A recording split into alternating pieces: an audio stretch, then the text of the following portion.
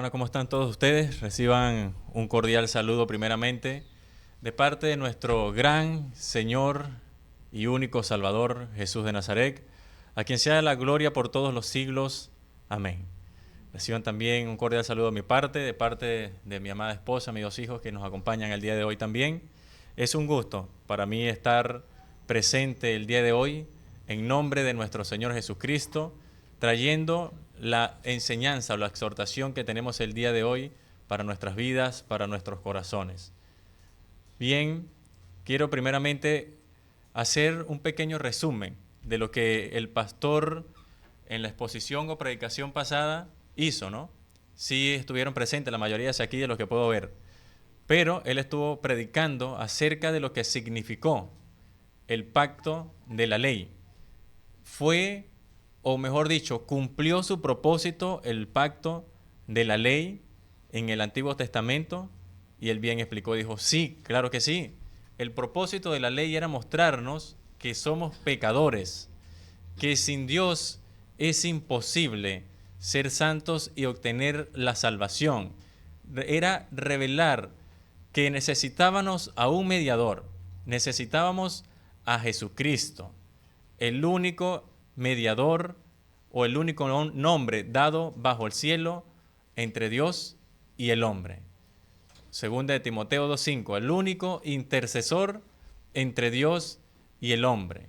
Entonces, como pueden observar allí en sus boletines, los invito a abrir las divisiones que tenemos. Tiene por nombre la obra perfecta de nuestro Señor y sus implicancias o implicaciones. Si entendimos la explicación pasada de manera correcta, como creo yo,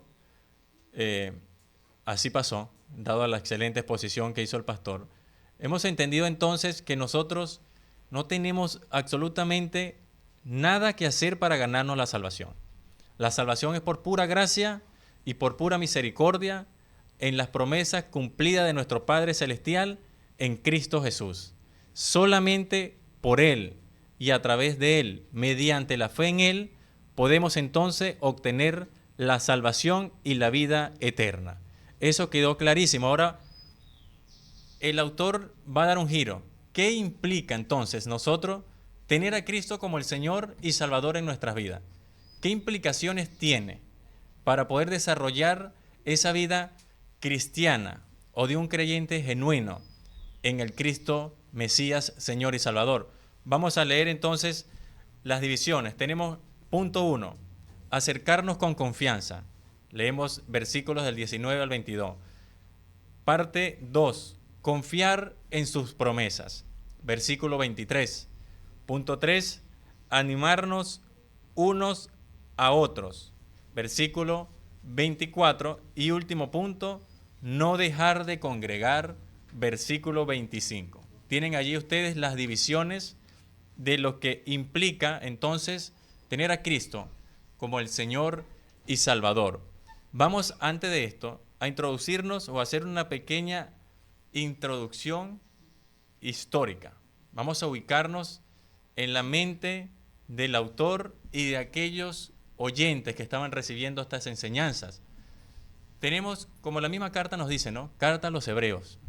Los que estaban recibiendo este mensaje, hebreos mesiánicos, judíos mesiánicos, que habían aceptado a Cristo como el único Señor y Salvador. Ellos entonces, en ese tiempo, con el templo aún en pie, estaban sufriendo persecución por el Imperio Romano e incluso mismo por los judíos que no querían o negaban a Cristo como el Mesías. Y bajo estas persecuciones, estos creyentes estaban dudando, estaban presentando ese tipo de duda que quizás es natural en el ser humano al ver adversidades en su vida. Y eso no necesariamente lo tenemos que llevar al contexto histórico. Hoy mismo nosotros, cuando tenemos un problema, cuando tenemos una necesidad, cuando tenemos quizá una pérdida muy cercana, familiar, o la pérdida de un trabajo, la pérdida de una relación matrimonial, e incluso uno de los dolores, o diría yo el dolor más grande del mundo, la pérdida de un hijo, muchos caen en tristeza, en depresión profunda, al punto de dudar, ¿realmente Jesucristo es el Señor? Realmente Él vive, Él escucha mis oraciones, y si escucha mis oraciones, ¿por qué no las contesta? ¿Será que estoy equivocado y no será que los mormones tienen la razón? ¿O los testigos de Jehová tienen la razón? O mejor dicho, la mayoría de aquí han salido. O vuelvo al catolicismo romano. Lo mismo pasaba con ellos también. Salen del templo y ahora por solamente fe tienen que aceptar al Cristo Señor y Salvador. Ellos no dependen de un templo, ya no depende de un sumo sacerdote para hacer sacrificio e intercesión por sus pecados. Dependen de exclusiva y únicamente de Cristo como el templo, como el Cordero perfecto y como el sumo sacerdote e intercesor entre Dios y el hombre. Por pura fe, hermanos. Y esto podemos ver y observar que es una obra que solamente y exclusivamente hace el Espíritu Santo. Estos hombres realmente estaban siendo perseguidos. Estos hombres están perdiendo herencias, estaban perdiendo tierras e incluso su propia vida. Porque no era que lo estaban persiguiendo para burlarse o hacerle bullying, como dicen hoy en día. Los perseguían en serio para asesinarlos. Los odiaban, los repudiaban. Y entonces la duda de esta gente, ¿no? La duda de estos hermanos. ¿No será que nos equivocamos? ¿Volvemos entonces al templo que realmente hace intercesiones? ¿Será que necesitamos a ese sumo sacerdote que haga los sacrificios y que roce la sangre allá en el tabernáculo para que estas desgracias que están ocurriendo en nuestras vidas se vayan? Es lo mismo que puede estar pasando nuestra congregación el día de hoy presente. Como el pastor oraba temprano antes de comenzar, ¿no? Dios conoce los corazones de cada uno de nosotros. Muchos de nosotros estamos acá con un dolor terrible, tristeza, depresión, ansiedad, dudas. El Señor conoce nuestros corazones. Él sabe lo que estamos pasando. Y Él a través de su Espíritu Santo nos exhorta a mantenernos firmes en la fe. Vamos a leer entonces la primera división, versículos 19 al 22. Dice así el autor de Hebreos, no me atrevo a decir nombres, hay unos hermanos que dicen, no, yo por fe digo que es Pablo, y el otro dice, no, yo creo que fue Apolo. Ya, no me atrevo, no llego hasta allá porque no tenemos una referencia clara. Lo cierto del caso es que era un hombre de Dios y lo que nos interesa es lo que este hombre de Dios nos quiere enseñar a la iglesia. Versículos 19 al 22. Dice así, así que, vuelvo les repito para que entendamos, venimos de hablar de que la ley cumplió su rol, mostrarnos que necesitábamos un mediador. Ya tenemos el mediador perfecto, Jesucristo. Mediante su sacrificio en la cruz tenemos total perdón y redención de los pecados, por lo cual podemos presentarnos con una conciencia limpia ante el Padre Celestial, a adorarlo y a honrarlo. Continúa y comienza. Así que, hermanos, teniendo la libertad para entrar en el lugar santísimo por la sangre de Jesucristo, por el camino nuevo y vivo que Él nos abrió a través del velo, esto es, de su carne, y teniendo un gran sacerdote, o sumo sacerdote, sobre la casa de Dios, acerquémonos con corazón sincero, en plena certidumbre de fe, purificados los corazones de mala conciencia y lavados los cuerpos con agua pura. Es decir, a estos hermanos judíos mesiánicos, basta, no se preocupen ustedes por los sacrificios que hacen en el templo. Ya estamos rociados por la sangre del Cordero perfecto. Vengan entonces, preséntese con conciencia limpia, pura, mediante la fe, aceptando que ya nuestro Padre Celestial nos ha perdonado. Acérquense entonces con un corazón dispuesto a adorarlo, a honrarlo, a glorificarlo, a exaltarlo, mediante las alabanzas que hacemos en nuestra congregación, mediante la exposición de su palabra. Háganlo con confianza, dice. No duden, no caigan en esa incertidumbre de que, ¿será que Dios le gusta que yo esté aquí en su templo cuando no leí la Biblia esta semana, por ejemplo? O no oré.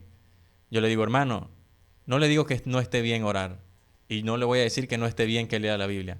Pero si usted está viniendo a la presencia del Dios Altísimo, es mejor que usted en el nombre de Cristo pida perdón, arrepiéntase y olvídese de lo que ya pasó. El Señor mismo en los versículos anteriores nos dice, el Padre Celestial nos perdona y ya no recuerda esos pecados y esos errores pasados. Sean cuales sean tus errores, mi querido hermano, sean cuales sean tus errores, si tú estás aquí presente el día de hoy, es porque el Espíritu Santo te ha convencido y te ha traído a la congregación. Él todavía está morando en ti y te está moviendo. Arrepiéntete con un corazón sincero y genuino. Él te va a perdonar y ven con una conciencia tranquila. Olvídate, no te atormentes. E incluso vamos un poco más atrás. Muchos venimos con un pasado oscuro. Hemos cometido errores graves que quizás expusimos con mucha alegría en aquellos tiempos delante de nuestra familia. Y hay familiares que no se olvidan de esos errores.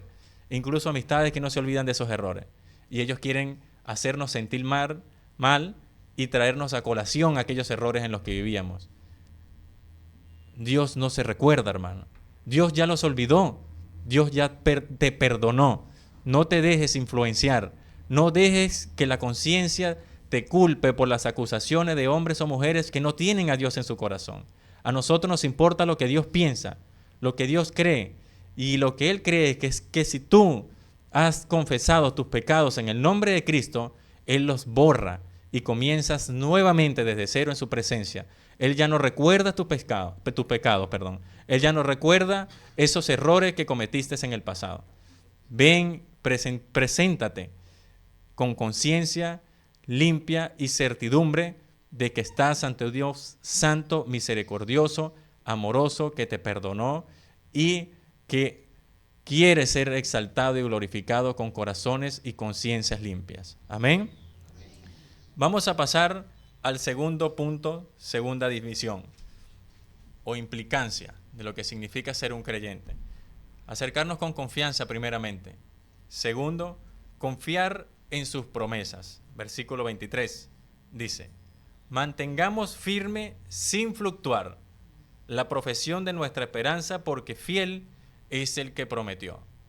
Mantengamos firme sin fluctuar, sin dudar de la profesión de nuestra esperanza porque fiel es el que prometió.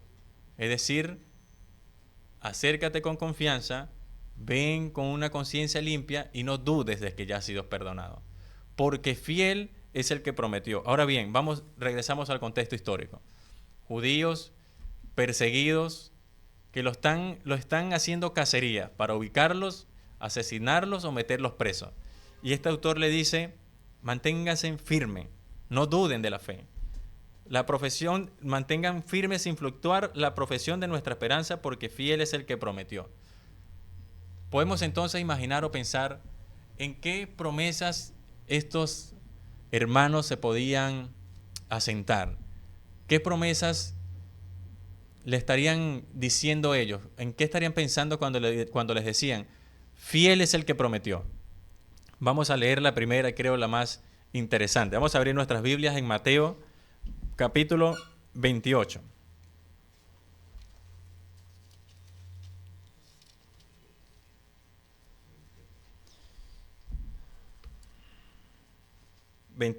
Del 18 en adelante vamos a leer. Dice así la palabra del Señor.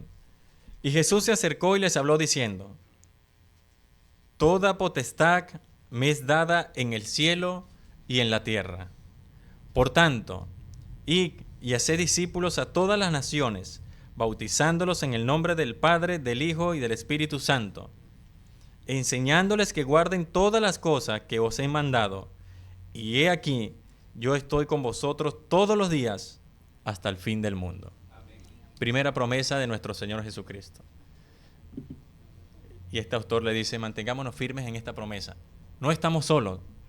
El Cordero está con nosotros hasta el fin del mundo.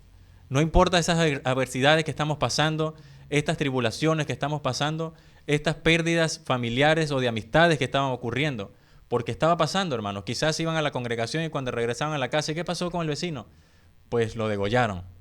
O lo llevaron al Coliseo a ser devorado por animales, porque no negaban el nombre de Cristo. Y ellos les dicen, con ese, coloquémonos en su lugar, ¿no? Ese temor natural del ser humano, confía en la promesa del Señor Jesucristo. Él está con nosotros hasta el fin del mundo. Él lo prometió y lo va a cumplir. Porque Dios no es hombre para mentir, ni hijo de Dios, ni hijo de hombre, perdón, para arrepentirse. Vamos a ver la segunda promesa en la cual ellos podían fundamentarse. Vamos a abrir, hermano, la Biblia en Juan capítulo 14.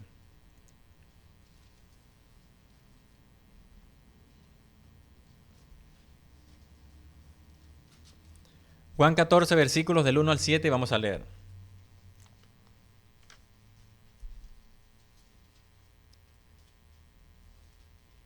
Dice así la palabra del Señor. No se turbe vuestro corazón. Creéis en Dios, creed también en mí. En la casa de mi Padre muchas moradas hay. Si así no fuera, yo os lo hubiera dicho. Voy pues a preparar lugar para vosotros. Y si me fuere y os preparare lugar, vendré otra vez y os tomaré a mí mismo, para que donde yo estoy, vosotros también estéis. Y sabéis a dónde voy, y sabéis el camino. Le dijo Tomás, Señor, no sabemos a dónde vas. ¿Cómo pues podemos saber el camino? Jesús les dijo, yo soy el camino, la verdad y la vida. Nadie viene al Padre sino por mí. Si me conocieseis, también a mi Padre conoceríais, y desde ahora le conocéis y le habéis visto. La promesa más grande que podemos tener nosotros como creyentes. No es en este mundo la recompensa que el Señor promete. No es aquí la vida plena y de justicia perfecta que el Señor promete. Es en el reino eterno y celestial. Y Él nos dice que Él ya fue y está preparando morada para todos y cada uno de nosotros, los que mediante la fe confiamos en su promesa. No importa si están siendo perseguidos en ese instante, si están siendo encarcelados, si están siendo asesinados, si están perdiendo tierras. Ahora, traigámoslos al presente, hermano. Esto no se quedó en el pasado. Averigüen qué está pasando en Siria, qué está pasando en sectores del África, qué está pasando en Corea del Norte, qué está pasando en China. Esos son unos ejemplos actuales. Incluso acá mismo, en Sudamérica, tenemos casos en Colombia, donde la guerrilla está matando a pastores, está quemando y eliminando iglesias. ¿Por qué? Porque para ellos los cristianos están adoctrinando a los niños y ya no van a tener cómo sustentar o suplir su ejército para seguir con las guerras. Para ellos el cristianismo es un enemigo. Para el mundo el cristianismo es un enemigo. Así como para nosotros las fuerzas de las tinieblas y oscuridad son un enemigo. No temáis, dice nuestro Señor Jesucristo. Yo estoy con ustedes hasta el fin del mundo. Y yo vendré por ustedes y les daré la morada que les he preparado. Confíen en mí. No tengan miedo. No se turben vuestros corazones. El Señor es fiel, hermanos. Tenemos que confiar en las promesas que Él nos ha hecho. Hoy, como les mencioné comenzando, hoy más que nunca, a veces creemos que las iglesias de nosotros acá no están sufriendo persecución. Estamos sufriendo persecución ya. Estamos siendo infiltrados. La palabra de Dios el día de hoy está siendo tergiversada, está siendo torcida, está siendo mal enseñada. Hay personas que aborrecen que se hable de sana doctrina. Y yo digo, pero ¿por qué no te gusta que hablemos de sana doctrina si la Biblia nos exhorta, nos anima a enseñar la sana doctrina? ¿Qué le dice el apóstol Pablo a Tito? Y tú habla conforme a la sana doctrina que has recibido. Estamos siendo infiltrados.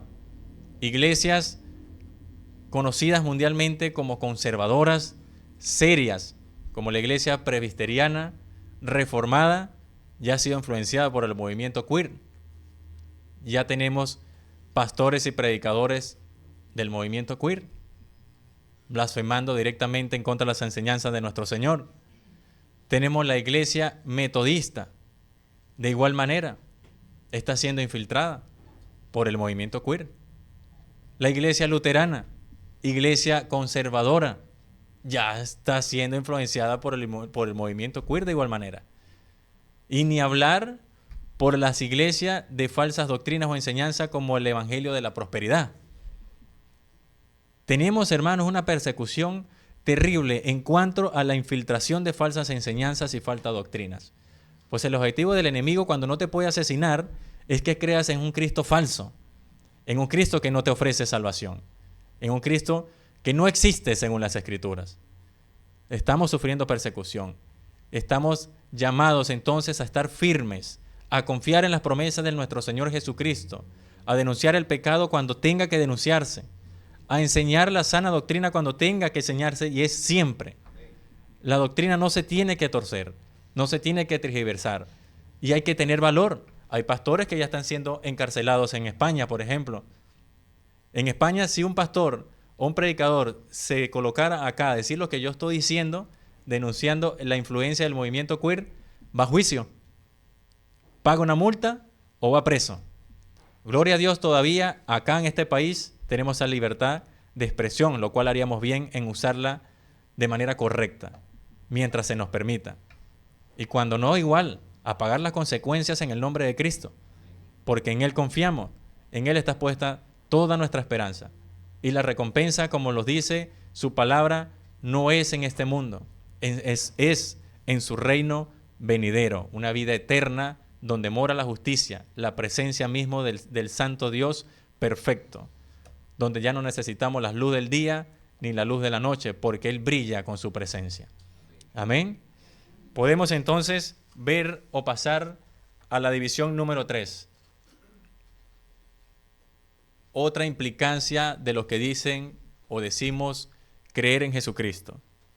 Animarnos unos a otros. Dice, y considerémonos unos a otros para estimularnos al amor y las buenas obras. Yo me pregunto, o les pregunto, ¿cómo creen ustedes que la iglesia puede estimular al amor y a las buenas obras? ¿Será nada más hablando o será poniéndolo en práctica? ¿Será haciendo o dando un paso más allá de que otros no se atreven a dar? Al servir sin esperar nada a cambio. Al amar aun cuando el hermano quizás no te responde de la manera que tú esperabas. Al apoyar a aquellos que están pasando por necesidades, por problemas, circunstancias adversas y que tú sabes, porque pueden que hermanos sepan y estén pasando circunstancias y estén cerrados, no lo conversan. Lo cual exhorto a esos hermanos, hablen hermanos, no se queden callados, no se crean esa mentira del enemigo. Hablen con los hermanos, hablen con los pastores y pidan oración para que estemos todos unidos en un mismo sentir y en una misma causa. ¿Qué nos dice entonces las cartas o la Biblia, la palabra del Señor? Vamos a ver cómo podemos nosotros en este tiempo motivarnos, exhortarnos los unos a los otros al amor y las buenas obras. Abran por favor sus Biblias en 2 de Timoteo capítulo 3.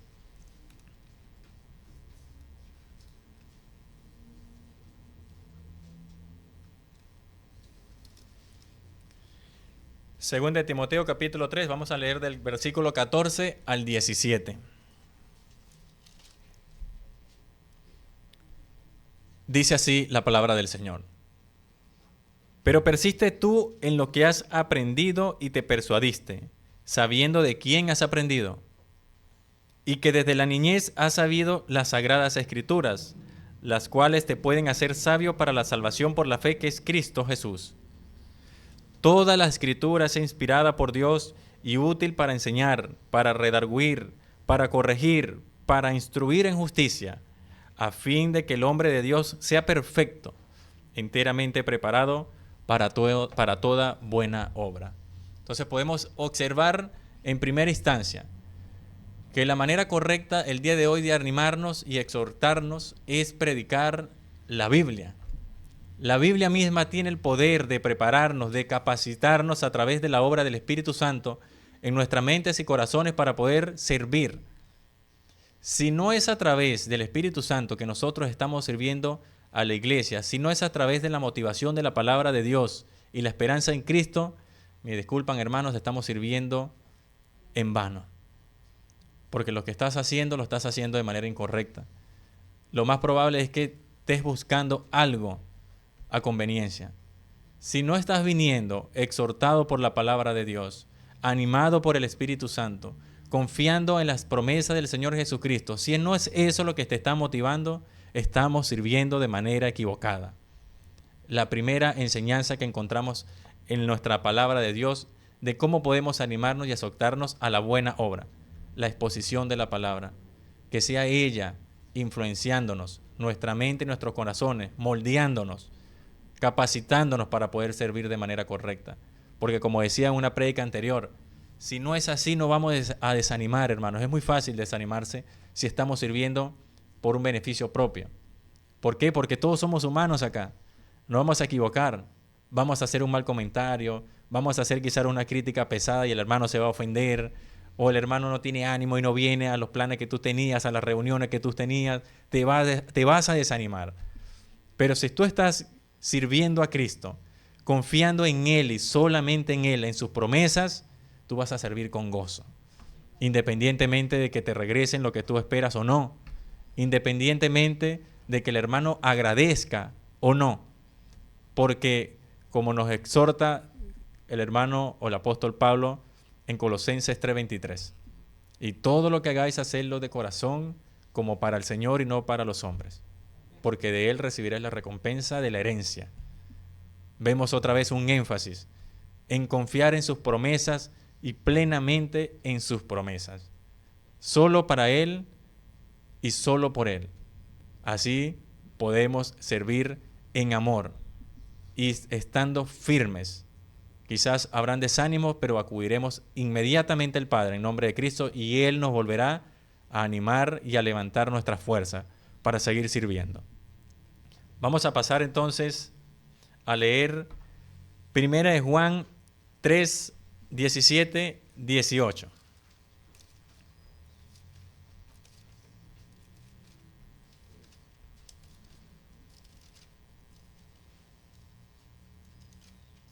Primera de Juan 3, 17, 18. Otra manera de animarnos nosotros aquí dentro de la congregación. La primera es obviamente explicando la palabra del Señor. Dice así la palabra del Señor, Juan capítulo 3, versículo 17 y 18. Pero el que tiene bienes de este mundo y ve a su hermano tener necesidad y se cierra contra él su corazón, ¿cómo mora el amor de Dios en él? Hijitos míos, no amemos de palabra ni de lengua, sino de hecho y en verdad. Lo que le comentaba en un principio. El amor al que estamos exhortados a practicar dentro de la congregación de nuestro Señor Jesucristo es un amor práctico. Es un amor que se ve, que se siente, que se nota, valga la redundancia. Estamos llamados a hacerlo, hermano. Hay muchas veces que no lo hacemos de manera natural, pero es que esto se debe ejercitar. Los sentidos se ejercitan. Yo recuerdo que llegaba a esta congregación nuevo y estaba sentado ahí y algunos hermanos se acercaban y después yo llegaba a mi casa y le decía a mi esposa, no sé, a mí no me gusta que me saluden y está saludando a todos. Me siento incómodo, ¿no? O sea, no estaba capacitado, no había ejercitado el sentido del amor hacia los hermanos. Pero con el tiempo y confrontado por la palabra, eso no está bien. Tengo que reflejar el amor de Cristo, el Cristo que supuestamente yo creo. Si Cristo mora en mí y no amo a mi hermano, ¿cómo voy a amar a Dios que no puedo verlo? Entonces me paraba involuntariamente a la fuerza y ya lo hago con el amor y con la libertad del mundo. Me agrada, lo hago con alegría. Saludar, saber cómo están cada uno de ustedes, qué están pasando, poder orar por cada uno de ustedes. Se practica. Eso se moldea. El carácter hay que moldearlo. Y para eso hay que someternos a Dios. Doblegar nuestro orgullo y nuestro carácter. Porque el orgullo no nos deja avanzar, hermano. El orgullo no nos deja avanzar. A muchos no lo deja avanzar es la vergüenza. No, ¿y qué dirán? Y no me conocen, y qué pena. No, hermano. Párate con confianza. Saluda. Pregunta cómo está el hermano, cómo está su familia, cómo le está yendo la semana. Y créeme que te vas a encontrar alguno que se va a desahogar contigo. Va a pedir un consejo que quizás tú vas a poder exhortar y confortar ese corazón. Te va a decir o te va a pedir el favor de que ores por su circunstancia. Es allí donde hacemos las diferencias como creyentes. Haciéndolo de manera genuina, No te fijes en tus errores y en tu pasado, si tienes la capacidad o no. Hazlo, que Cristo te va a capacitar a través de su Espíritu Santo. Él va a moldear tu corazón y tu mente y te va a hacer sensible a su amor y al amor hacia tus hermanos. Entonces, hermanos, otra manera de animarnos o estimularnos al amor. Vamos a Gálatas 6:1.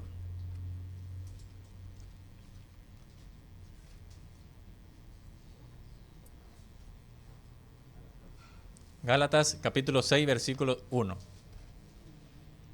Ya dijimos entonces que tenemos que predicar el Evangelio, animarnos con la palabra para que el Espíritu Santo nos moldee. Tenemos que realizar un amor práctico, que se vea. Pero también vamos a leer qué dice aquí la palabra del Señor. Gálatas capítulo 6, versículo 1 nos dice así el Señor. Hermanos, si alguno fuere sorprendido en alguna falta, vosotros que sois espirituales, restauradle con espíritu de mansedumbre, considerándote a ti mismo, no sea que tú también seas tentado. Es decir, tenemos que amarnos, claro que sí, pero tenemos que confrontar el error.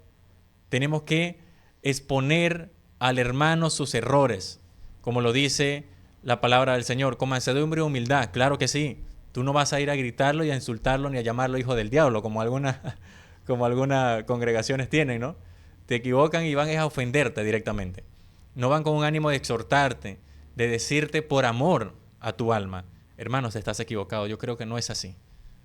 Deberías de reaccionar de esta manera. El Señor dice en su palabra, ven y le abre la Biblia, porque a nosotros nos gusta que nos hable Dios. Muchas veces cuando sentimos que es el hermano que quiere corregirnos a nosotros, automáticamente nos ponemos a la defensiva. ¿Y este qué se cree? No, hermano, mira, discúlpame, la palabra del Señor dice así, léela, medita, ora, yo voy a orar por ti. Tenemos que ser un testimonio de nuestro Señor Jesucristo, unos a otros, acá en la congregación, fuera, donde vayamos. No podemos hacernos los ciegos. Hay unos que dicen, no digas nada, quédate callado. El amor tiene que reinar en la iglesia. Eso no es amor, hermano. El que ama, corrige con mansedumbre y humildad en el nombre de Jesucristo. No es para ti y no es para tu jactancia, es para la honra de nuestro Señor Jesucristo. Tenemos que confrontar el pecado también. Tenemos que restaurarle. Y en el caso, el hermano no quiera escuchar, ¿qué nos enseña nuestro Señor Jesucristo en Mateo 18? Confróntalo tú primeramente. Si el hermano no escucha, busca un testigo o 2 testigos.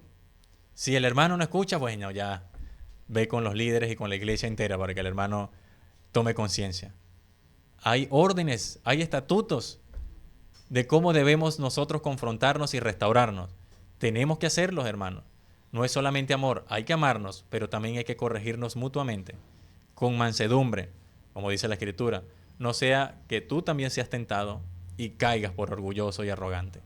Amén. Bien, vamos a pasar entonces a la cuarta división. ¿Qué nos enseña la cuarta división? Y creo una de las más importantes, sobre todo en los tiempos que estamos viviendo. No dejar de congregar. Vamos a leer. Versículo 25. No dejando de congregarnos como algunos tienen por costumbre, sino exhortándonos, y tanto más, cuanto veis que aquel día se acerca. Yo meditaba en mi casa y decía,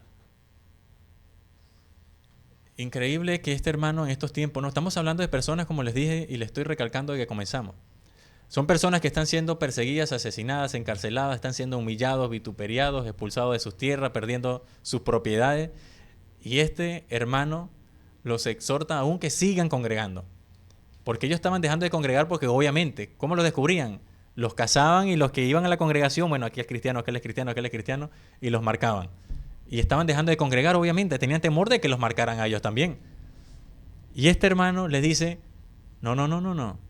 Ustedes sigan congregándose. Tienen que congregar. Estamos hablando de esta persecución seria, real, que atentaba contra sus propias vidas y contra sus propias familias.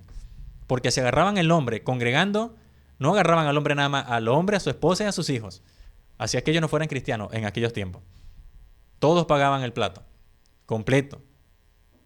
eran asesinados o encarcelados. Esto solamente tiene que ser una obra del Espíritu Santo, hermanos. Un hombre que te esté animando en tiempos donde te están persiguiendo y te quieren quitar la vida y aún te anime a que sigas asistiendo, es porque está convencido de que Cristo está vivo, de que el Evangelio es verdad, de que la palabra de Dios es verdad, de que no hay otro camino fuera de Jesucristo. Y la única manera de alimentarnos, de conocerlos, de acercarnos a Él, a su presencia, es a través de la congregación física. Los días domingos, como tenemos los cristianos, es el día que el Señor nos llama a reunirnos, a ser parte del cuerpo de Cristo, a unir el cuerpo de Cristo donde Él es la cabeza. Él está aquí en medio de nosotros. Su palabra así nos enseña.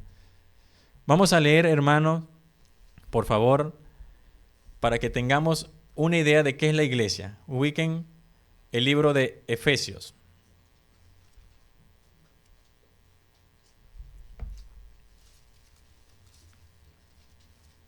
Efesios en el mismo capítulo 1.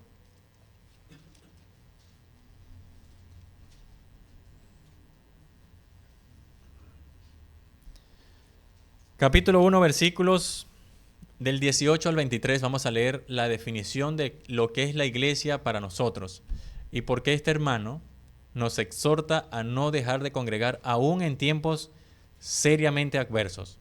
Leemos así, dice así nuestro Señor. Versículo 18 en adelante. Porque por medio de Él, los unos y los otros, tenemos entrada por un mismo espíritu al Padre. Así que ya no sois extranjeros ni advenedizos, sino conciudadanos de los santos y miembros de la familia de Dios. A ver, perdón. Sí, no, es que está doblada la página. Dice el 20. Edificados sobre el fundamento de los apóstoles y profetas, siendo el principal o la principal piedra del ángulo Jesucristo mismo, en quien todo el edificio, bien coordinado, va creciendo para ser un templo santo en el Señor. 22. En quien vosotros también sois juntamente edificados para morada de Dios. Amén. Vamos a decir amén allí. Y vamos a leer nuevamente, hermano, porque me perdí. Vamos a leer nuevamente Efesios. Ténganlo en cuenta, porque esa definición va igual para nosotros, de todas maneras. Capítulo 1 de 18. No, por eso me equivoqué, estoy corrigiendo. Efesios capítulo 1, versículos 18 al 23. Vamos nuevamente. Alumbrando los ojos de vuestro entendimiento, para que sepáis cuál es la esperanza a quien Él os ha llamado, y cuál es la riqueza de la gloria de su herencia en los santos, y cuál la supreminente grandeza de su poder para con nosotros los que creemos, según la operación del poder de su fuerza, la cual operó en Cristo resucitándole de los muertos y sentándole a su diestra en los lugares celestiales. 21. Sobre todo principado y autoridad y poder y señorío, y sobre todo nombre que se nombra, no solo en este siglo, sino también en el venidero. Y sometió a todas las cosas bajo sus pies, y lo dio por cabeza sobre todas las cosas a la iglesia, la cual es su cuerpo, la plenitud de aquel de todo lo llena, que todo lo llena en todo.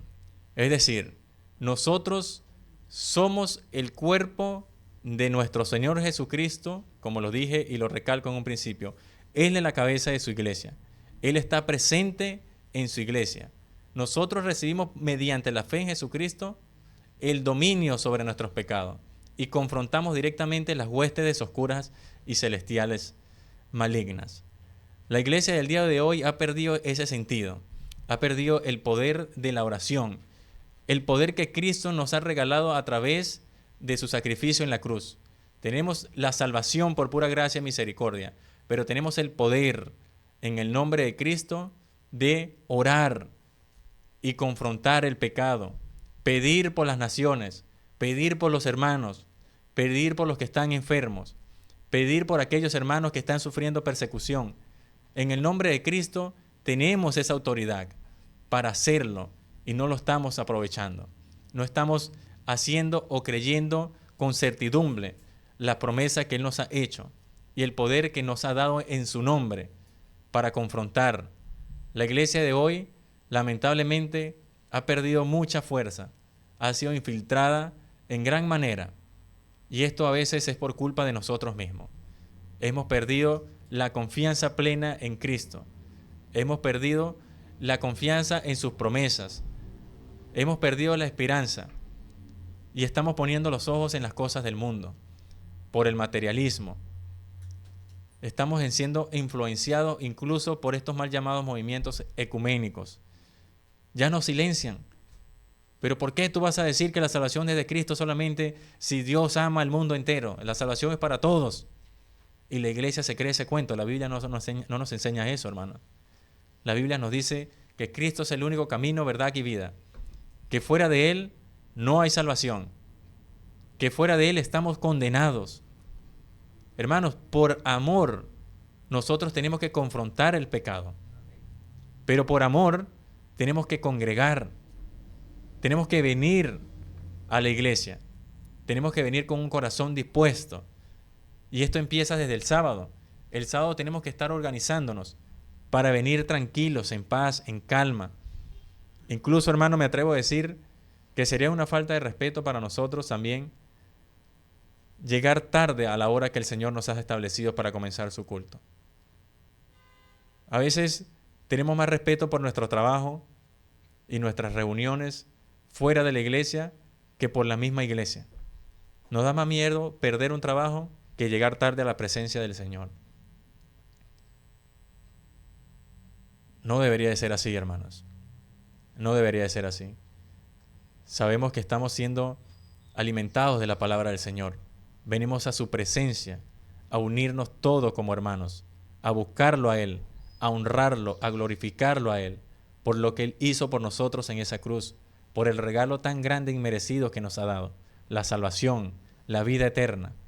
A veces yo creo que es que nosotros como creyentes no hemos terminado de creer lo que significa la salvación de Cristo.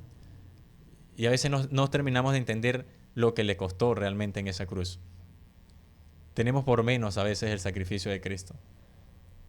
A veces yo voy a Mateo y leo y mi corazón se entristece cuando nuestro Señor Jesucristo confronta a los fariseos en el versículo 15:7 y le dice: ustedes de labios me honran, pero su corazón está muy lejos de mí.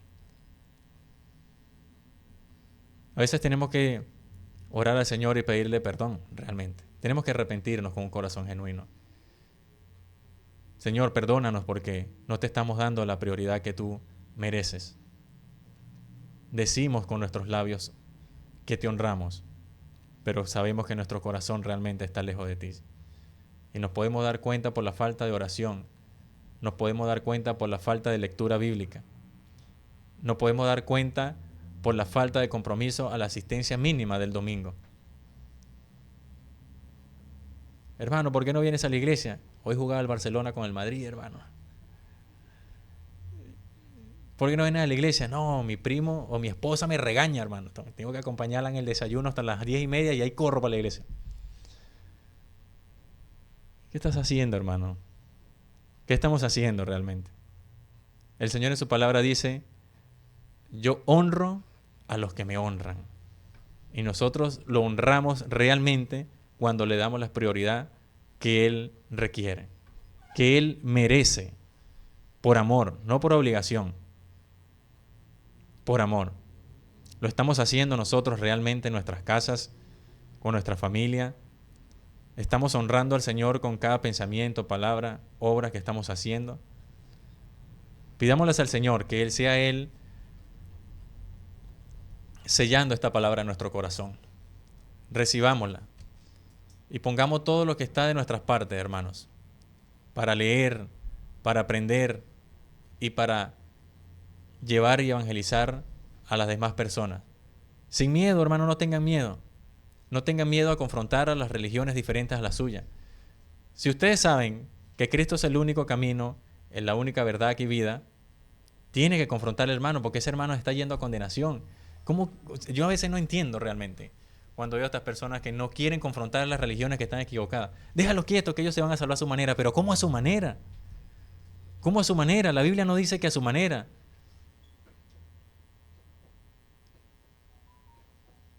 ¿Realmente tú amas a tus padres? ¿Realmente tú amas a tus hijos, a tu familia, a tus amigos? ¿Realmente los amas? Predícale el Evangelio de Cristo, hermano.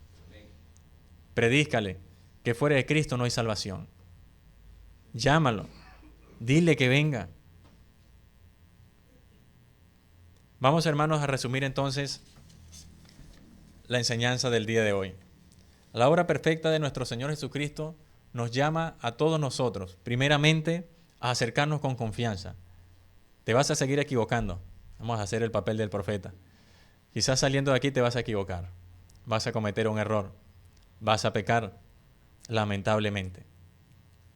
Ven en el nombre de Cristo, confiesa tus pecados, porque Él es fiel, te perdonará y te limpiará de toda maldad.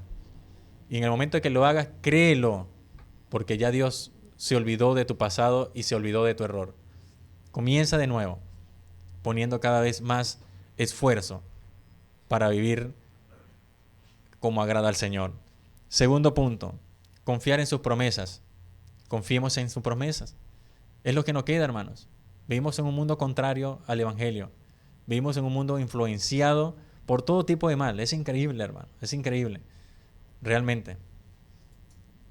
Si no nos hemos dado cuenta del mal que está habiendo en el mundo, estamos ciegos.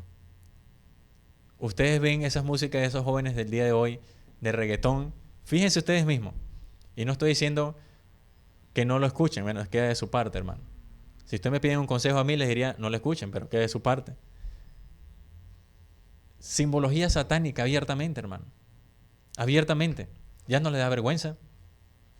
Ya ellos mismos salen en entrevistas. Yo vendí mi alma al diablo y míralo todo lo que me dio, riqueza, prosperidad. Ya no les da vergüenza. Y jóvenes están creyendo ese cuento. Porque somos cobardes y no decimos que eso es satánico. Que eso va en contra de las enseñanzas de Dios. Segundo punto. Animarnos unos a otros.